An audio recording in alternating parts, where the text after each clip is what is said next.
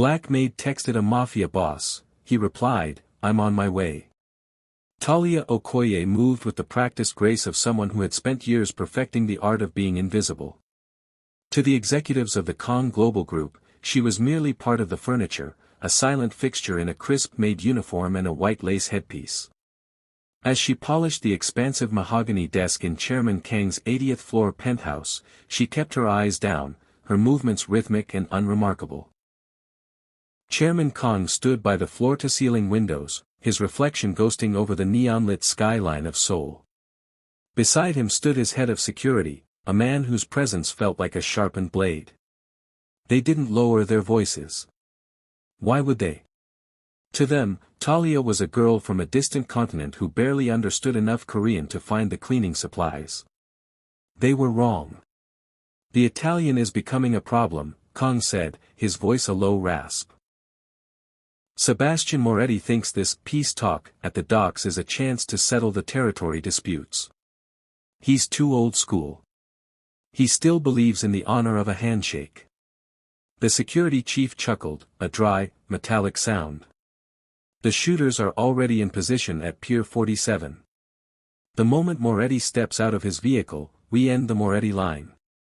By the time the Italian consulate hears about it, your men will have already seized his Mediterranean shipping routes. Talia's hand faltered for a fraction of a second, the soft cloth snagging on a silver pen set. She immediately corrected her rhythm, her heart hammering against her ribs like a trapped bird. She knew of Sebastian Moretti. In the whispers of the city's underbelly, he was known as a man of his word, a rare trait in a world of vipers like Kang. Midnight sharp, Kang added, checking his watch. Make sure it's clean. I want his head, not a witness. Talia moved toward the wastebasket, her mind racing. She had lived her life in the shadows, a linguistics prodigy forced into hiding by a past she tried to forget. She had seen what men like Kang did to the world when they had no opposition. If Moretti fell tonight, a bloodbath would follow, and the neighborhood she called home would be caught in the crossfire. As she stepped into the service hallway, the heavy oak doors muffled the chairman's laughter. She ducked into a supply closet, the scent of bleach stinging her nose. Her breath came in shallow hitches as she pulled her burner phone from her pocket. Her fingers hovered over the keypad. She had one chance to pierce the veil of the underworld. She didn't write in English. She didn't write in common slang. She typed in the formal, ancient dialect of the Korean elite, the language of those who held the power of life and death. The dragon sleeps at midnight. Pier 47 is a grave. Move now. She hit send, the blue light of the screen reflecting in her determined, expressive eyes. She had just declared war on a billionaire. Now, she could only wait to see if the Mafia boss was as smart as the legends claimed. Sebastian Moretti sat in the silence of his private study, the only light coming from the amber glow of a single desk lamp and the cherry of his cigar. The room was a fortress of leather and mahogany, designed for a man who managed chaos for a living. His eyes were fixed on a map of the shipping docks, his mind already at Pier 47. The peace talk was supposed to be the crowning achievement of his expansion, a way to stabilize the east side without further bloodshed. His secure phone, a device modified to bypass every cellular tower in the city, buzzed against the desk. Sebastian didn't move at first. Only 3 people had this number, and none of them were expected to contact him tonight. He picked up the device, his sharp features illuminated by the screen's glare. His breath hitched. It wasn't a tactical update or a confirmation from his underboss. It was a string of Korean characters, written with a sophisticated, poetic precision that was usually reserved for the highest levels of the Seoul judiciary. The dragon sleeps at midnight. Pier 47 is a grave. Move now. Sebastian's piercing blue eyes narrowed. He was a man of immense calculation, and he immediately recognized the dialect. It was Hapdong style, a formal, cautionary tone used to warn a superior of impending betrayal. He didn't speak the language fluently, but he had spent enough years in the cross-continental trade to know the weight of those specific words. Tony. Marco, he barked, his voice cutting through the heavy silence of the office. The heavy doors swung open instantly. His enforcers stood at attention, sensing the sudden shift in the air. The composed ruthlessness that usually defined Sebastian had been replaced by a cold, vibrating intensity. "Change of plans," Sebastian said, his gaze never leaving the phone. "The docks are a setup. Kong hasn't sent a negotiator, he's sent a firing squad." "Boss, the scouts said the perimeter was clear," Tony countered, his brow furrowing. "How do you know?" Sebastian turned the phone screen toward them. "Because someone just risked their life to tell me in a language Kong thinks I don't understand. Someone who is standing right next to him." He leaned forward, the smoke from his cigar swirling like a storm cloud. He wasn't just thinking about the trap, he was thinking about the source. This wasn't a standard leak. This was an act of extreme bravery. His mind raced through the possibilities: a disgruntled executive? A rival mole? No, the timing was too perfect, the delivery too intimate. He looked at the message again. It didn't ask for a reward. It didn't demand protection. It was a pure, unfiltered warning. For the first time in 15 years, Sebastian Moretti felt a genuine spark of intrigue that had nothing to do with profit. "Trace the origin," Sebastian commanded, his voice dropping to a dangerous whisper. "I don't care about the encryption. Find out who sent this. If Kong is planning a funeral for me, I want to make sure I'm there to see who invited the guests."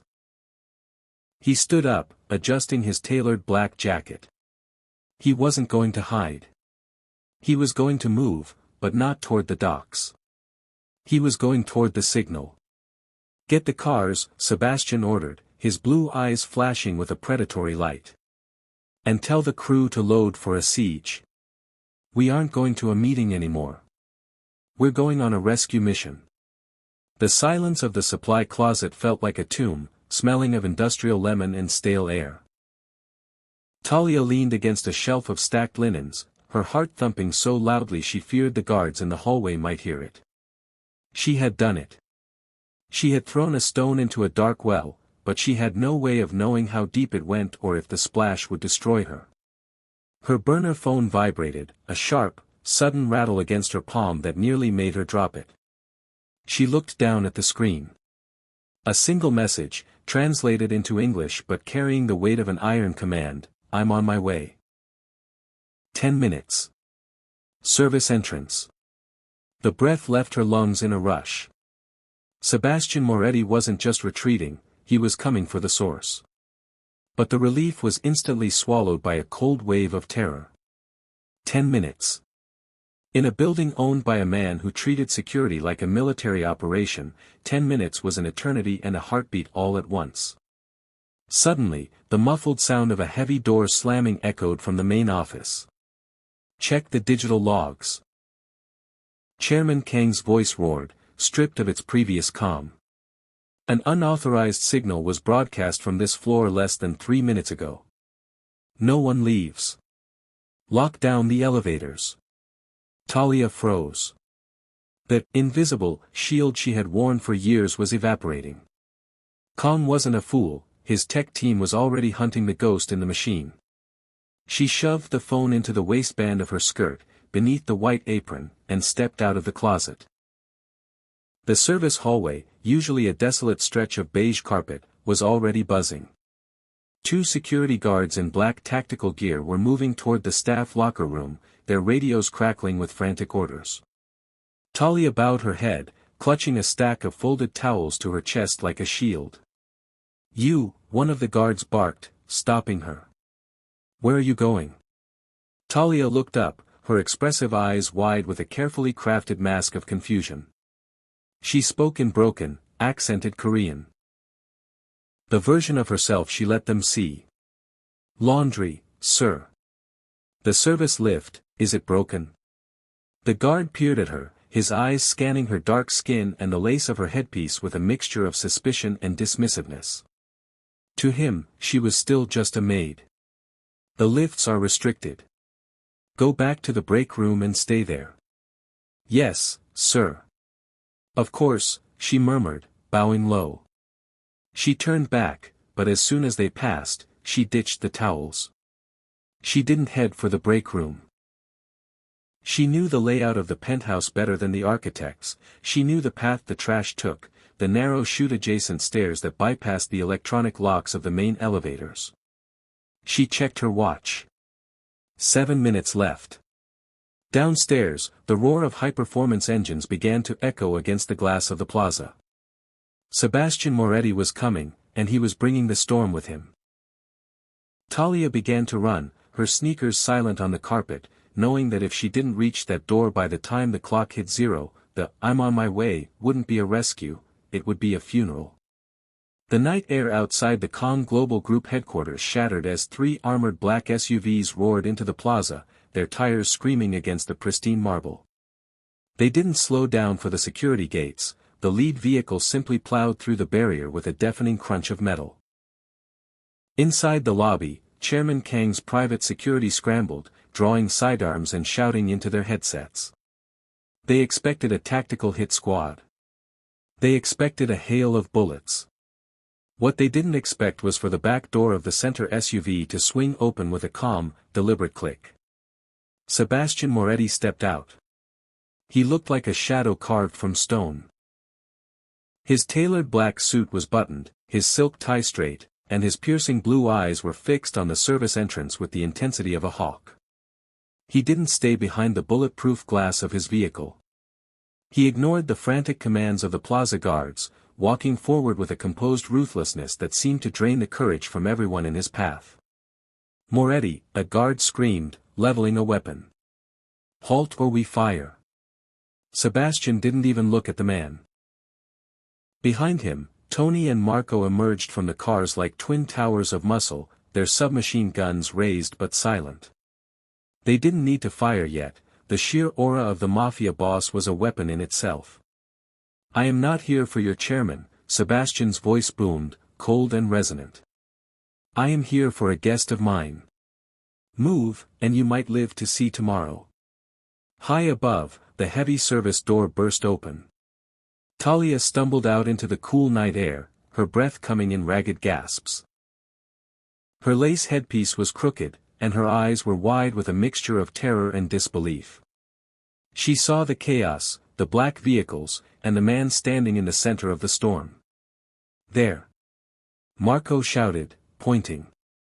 Talia's gaze locked onto Sebastian's.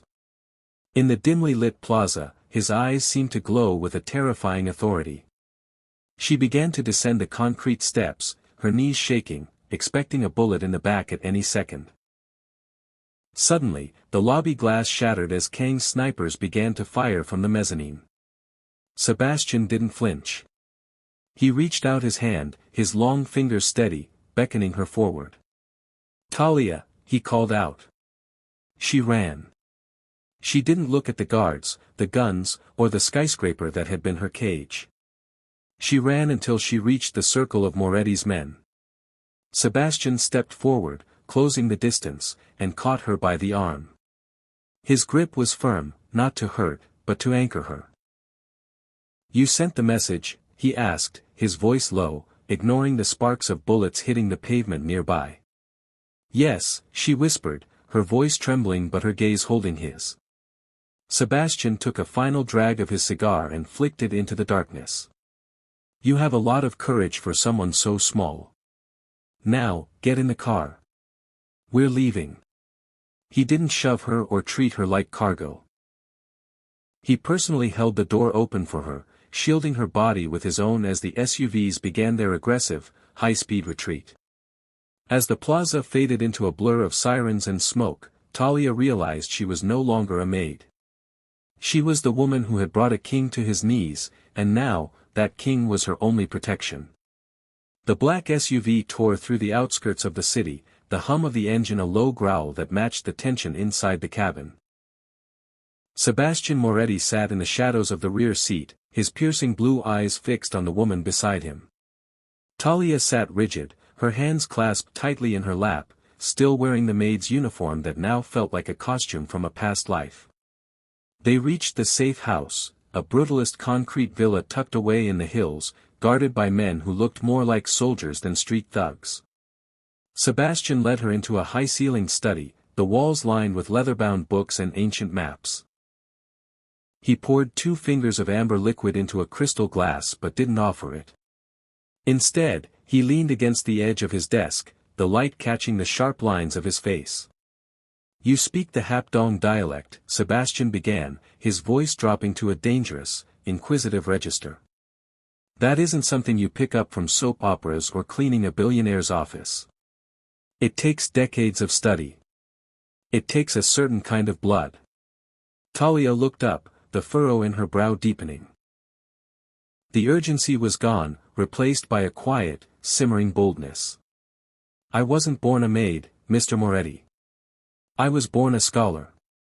She stood taller, the classic maid uniform suddenly looking absurd on a woman with her level of poise.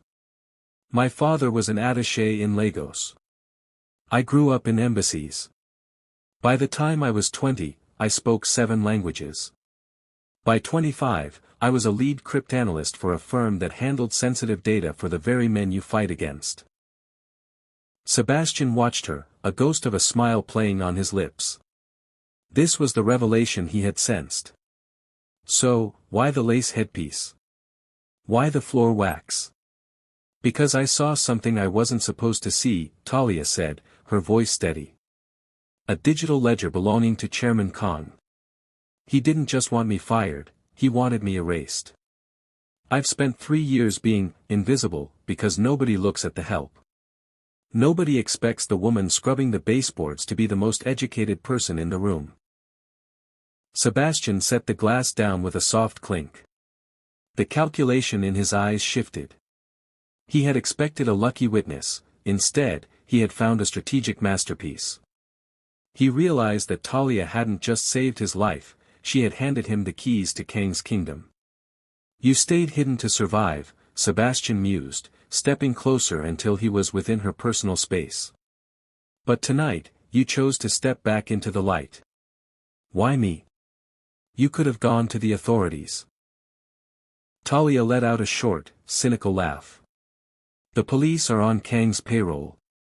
You, however, you're the only man with enough power to make him sweat, and enough old-school honor to actually care about a debt." Sebastian felt a rare surge of respect. He reached into his pocket and pulled out his phone, sliding it across the desk toward her. "You said you know everything. Prove it. If you can break Kang's secondary encryption, I won't just keep you safe. I'll make sure you never have to wear that uniform again." Talia picked up the device, her fingers flying across the screen with a speed that confirmed her story. The invisible maid was gone. In her place stood a woman who was ready to burn the world that had forced her into the shadows. The stillness of the villa was shattered not by a sound, but by the sudden, eerie flickering of the security monitors in Sebastian's study.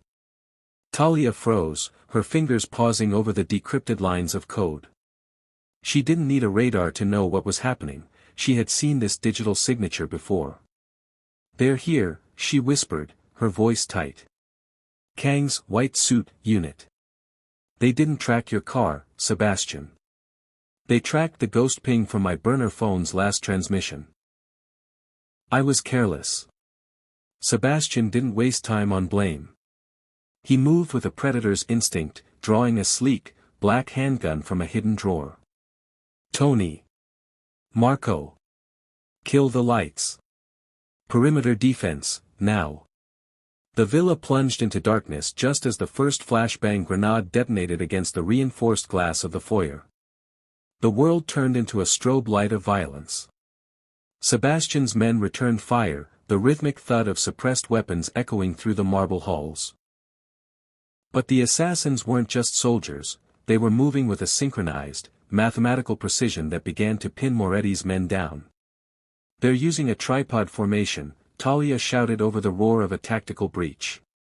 She crouched behind the heavy oak desk, her mind visualizing the combat manuals she had once translated for Khan. "Sebastian, listen. They always lead with a blind side. The team at the front door is a diversion. The real hit squad is coming through the ventilation shafts in the kitchen. Sebastian pivoted, trusting her voice without hesitation. He fired 3 rounds through the drywall toward the kitchen corridor. A muffled grunt and the heavy thud of a body falling confirmed her intuition. They use a frequency hop for their headsets, Talia continued, her eyes glowing with a strange, fierce intensity in the dark. She grabbed Sebastian's tablet, her fingers a blur as she bypassed the villa's firewall to intercept the local airwaves. I'm jamming their tactical feed now. On 3, they'll be deaf. She slammed her hand onto the screen. Outside, the coordinated movements of the white suits faltered. They pulled at their earpieces, stumbling in the sudden silence of their comms. It was the opening Sebastian needed. He surged forward like a storm, his blue eyes cold and lethal, picking off the disoriented assassins with surgical accuracy. For 10 minutes, the villa was a vortex of lead and shadows. Talia didn't pick up a gun, but she directed the flow of the battle like a grandmaster on a chessboard. She called out flanking maneuvers before they happened and predicted the assassins' retreat paths. When the last shell casing hit the floor, a heavy, sulphurous silence returned to the room. Sebastian stood in the doorway, his chest heaving slightly, his suit jacket singed but his composure unshaken. He looked at the woman behind the desk, a maid in a torn uniform who had just outmaneuvered a global conglomerate's elite hit squad. You're more than a linguist, Sebastian said, his voice thick with a new kind of wonder. You're a strategist. Talia stood up, smoothing her apron with trembling hands. I told you, Sebastian. I've been watching them for 3 years. I know how they think. Sebastian stepped over a fallen foe and reached for her hand, pulling her out from behind the cover. Then let's stop playing defense. It's time we showed Chairman Kong what happens when the Maid and the Mafia join forces. Actually, it looks like there's a slight mix-up in the characters. Rosa and the container plot belong to the competitor's story about the little girl. For Talia and Sebastian, Chapter 7 is about their counterstrike. Using Talia's brilliance to dismantle Chairman Kang's digital and financial empire. Here is the continuation of your original story. The safe house was still thick with the scent of ozone and spent gunpowder, but Talia's focus had already shifted from the physical battle to the digital one. She sat at Sebastian's desk, her fingers flying across the keys of a high-end laptop, the screen reflecting a dizzying waterfall of Korean code and encrypted financial nodes. They didn't just come to kill us, Talia murmured, her eyes tracking a series of hidden transactions. Kong is moving the ghost fund. He's liquidating the assets he stole from your shipping routes and funneling them through a shell company in the Cayman Islands. If those funds clear, he'll have enough capital to buy the loyalty of every syndicate in the Pacific Rim. Sebastian leaned over her shoulder, his presence a heavy, supportive weight. He watched the screen, realizing that the numbers shifting before his eyes represented the lifeblood of his empire. How long do we have? 10 minutes before the final handshake, she replied, her voice dropping into that cold, analytical tone he was beginning to admire. But I've found a backdoor. He's using the same encryption protocol I helped design 4 years ago. He never bothered to update it because he thought I was dead. With a sharp, decisive keystroke, Talia breached the final firewall. The screen flickered, revealing the true scale of Kang's corruption. It wasn't just a theft, it was a systematic plan to destabilize the global market and frame the Moretti family for a massive international banking fraud. I'm not just stopping the transfer, Talia said, a fierce light dawning in her eyes. I'm rerouting it. I'm sending the evidence of the money laundering directly to the Interpol task force and the Seoul Central District prosecutors. And the funds? I'm locking them in a dead drop account that only you can access. Sebastian let out a low, dark chuckle. He had spent his life fighting with lead and steel, but watching Talia work was like watching a master composer rewrite a symphony in the middle of a performance. You're stripping him of everything. His money, his reputation, and his freedom. He wanted me to be invisible, she whispered, her gaze fixed on the final execution command. I'm just making sure he feels the same way. As the "transfer complete" notification flashed on the screen, a secondary window popped up. It was a live feed from Kang's private office. They watched in silence as the chairman, realizing his accounts were draining to zero, began to sweep the contents of his desk onto the floor in a fit of powerless rage. Sebastian reached down and placed a hand on Talia's shoulder. The maid uniform she still wore was stained with soot, but to him, she looked like a queen on her throne. The digital war is won, Talia. But men like Kang don't go quietly into the night. He still has his white suits, and he still knows where we are. Talia looked up at him, her expression hardening. Then let's give him a reason to come to us. We have the evidence. Now we just need the confession. Actually, it looks like the prompt accidentally switched back to the competitors' characters, Vincent and the Koslavs, again. To keep your original story consistent, let's adapt this final judgment moment for Sebastian Moretti and Chairman Kang. The glass walls of the Kang Global Group penthouse had been shattered by the earlier extraction, leaving the 80th floor open to the howling wind and the distant sirens of a city in chaos. Chairman Kang stood in the center of the wreckage, his silk tie loosened, clutching a gold-plated pistol with trembling hands. His empire was bleeding out in digital zeros, and his white suits were littered across the marble floors of the lobby below. The heavy oak doors creaked open. Sebastian Moretti walked in first, his stride slow and rhythmic, his blue eyes fixed on Kang with a terrifying, predatory calm. But it was the woman walking beside him that made Kang's blood turn to ice. Talia Okoye had discarded the white lace headpiece. Her dark hair was free, and though she still wore the stained maid's uniform, she carried herself with a dignity that made the fine silk Kang wore look like rags. You're nothing, Kang spat, leveling his gun at Talia. A servant. A ghost. I should have burned you with the rest of the trash years ago. Sebastian stepped slightly in front of her, not to hide her, but to act as the steel frame for her strike. You made a fatal mistake, Kang. Sebastian's voice was a low, resonant growl that seemed to vibrate in the very floorboards. In my world, we kill for territory. We kill for money. We even kill for pride. But we never underestimate the person who watches us when we think no one is looking. She stole my life. Kang screamed. No, Talia intervened, her voice cold and precise, ringing out in the ruined office. I simply stopped being invisible. You thought because I cleaned your floors, I couldn't understand your mind. You thought that because I was the help, I didn't have a voice. But while you were shouting into your phones, I was listening in 7 different languages. Sebastian moved closer, the light from the city reflecting off the barrel of his own weapon. Business is business, Kang. But threatening a woman of this caliber, trying to erase a mind like hers just to cover your own cowardice. That's not business.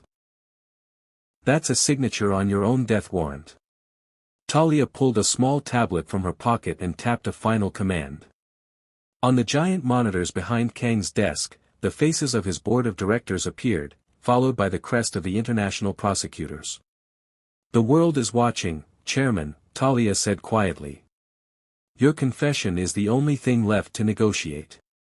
Kang looked from the screens to the Mafia Boss, and finally to the woman he had treated as a shadow. He realized then that he hadn't been defeated by a rival syndicate or a government sting. He had been dismantled by the very woman he had ignored every morning for 3 years. Sebastian leaned in, his face inches from Kang's. I didn't come here to negotiate, Kang. I came to collect the debt you owe her. The final judgment wasn't a hail of bullets, it was the sound of the elevator doors opening to reveal the authorities, led there by the very woman Kang thought he could delete. As they took him away, Sebastian turned to Talia, a rare, genuine look of respect in his piercing eyes. You held your own, he remarked. I had a good lead, she replied, a small, triumphant smile playing on her lips.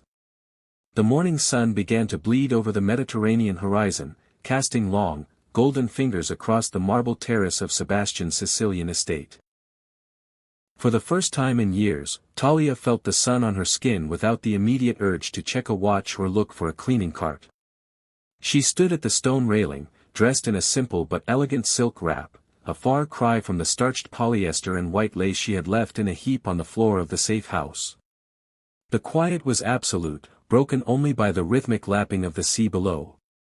The heavy glass doors slid open, and the scent of expensive tobacco preceded Sebastian Moretti.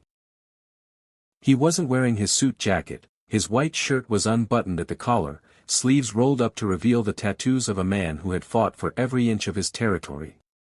He held 2 glasses of espresso, handing one to her with a silent nod.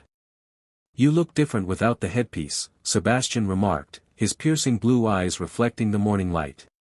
"More like the woman who brought down a chairman." "I feel different," Talia admitted, taking a sip of the bitter, dark brew. "For 3 years, I was a ghost. It's a strange thing, having people actually look at you." Sebastian leaned against the railing, his gaze shifting to the horizon. "People like Kong look, but they don't see. They see a role, a function, a tool. I see a woman who can navigate a digital firewall as easily as a social one. I see someone who speaks the language of my enemies better than they do." He reached into his pocket and pulled out a small, velvet box. He didn't offer it like a romantic gesture, he set it on the stone ledge between them like a contract. Talia opened it.